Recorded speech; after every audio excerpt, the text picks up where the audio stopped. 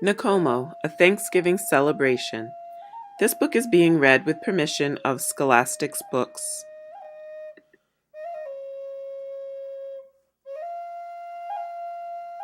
Written by Jackie French Collar, illustrated by Marcia Sewall.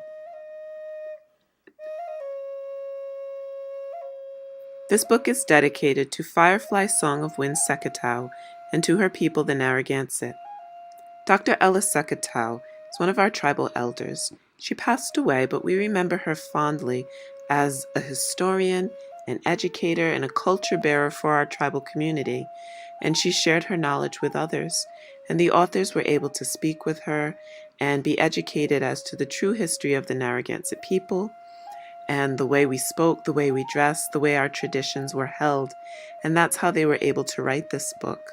And they wanted to make sure that it was historically accurate, and by meeting with a Narragansett person and being able to get that information from her, they were able to give a good portrayal of our Nickommoh celebration.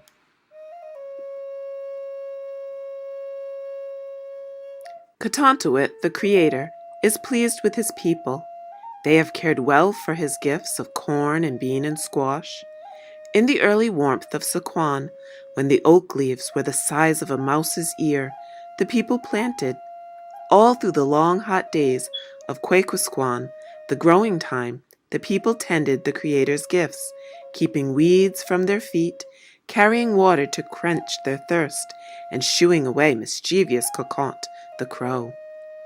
Now frost lies thick on the fields at dawn, and the winged ones pass overhead in great numbers, calling out their goodbyes. It is to Quantakiswish, the moon of the falling leaves. The Creator's gifts have been harvested, dried, and tucked away in Akanash, in the bosom of Earth Mother. They will provide for the people all through the long, cold months to come, the long, cold months of Poponi. It is time now, time for the people to come together, together to give thanks. Nickommoh!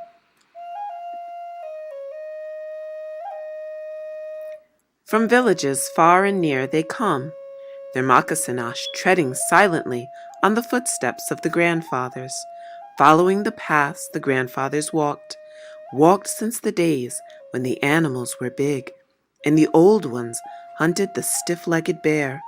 With joyful greetings they come together, together to give thanks. Nickommoh. The men cut poles and set them in the earth, bend them over and bind them tight, bind them to make the Nickommoh, the great lodge that will hold the people who come together, together to give thanks. Nickommoh. The women cover the poles with bark and line them inside with fine woven mats, mats to make the Nickommoh beautiful, mats to keep it snug and dry. Fires are lit to keep the people warm and to cook the food that the people will eat. Venison and turkey the people will eat, and beans and squash and clams, with good thick nassant pudding and sweet cakes of berries and corn. With prayers of thanksgiving, the people will eat. Nickommoh. Women cook and talk and laugh, while children run and tumble. Men gather in a gaming arbor to play at games of chance, holding tight their thunderbolts, cheering as the stones are tossed. Others compete in games of skill, like spear the disc and tug of war. In time, the games grow lively and loud and full of fun. The women and children join in. Nickommoh. When the day grows old and sun rests on the shoulders of the western hills, the sweat lodges are prepared. Into the Pisapunk the people go, leaving their clothes at the door, wearing only the raiment the Creator gave them. The people enter in. Close in the sacred circle, they sit to talk and smoke and sweat, to be made pure of body and pure of spirit. The people sit and sweat. Nickommoh. Now out of the lodges the people run. Into the river they plunge. The water pricks like needles of ice, burns like tongues of fire, washing away every impurity, making the people strong. Now the people's bodies glow, their spirits are at peace. One by one they drift away. Soon the dance will begin.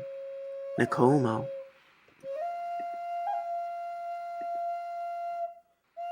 The people anoint themselves with oil. They comb and dress their hair. From Ketontuit's sacred palette, they choose colors to paint their skins. The Creator's sacred colors they choose. Miskwi, Wasawi, Mawisuki. Earth red, sun yellow, night black. Nickommoh.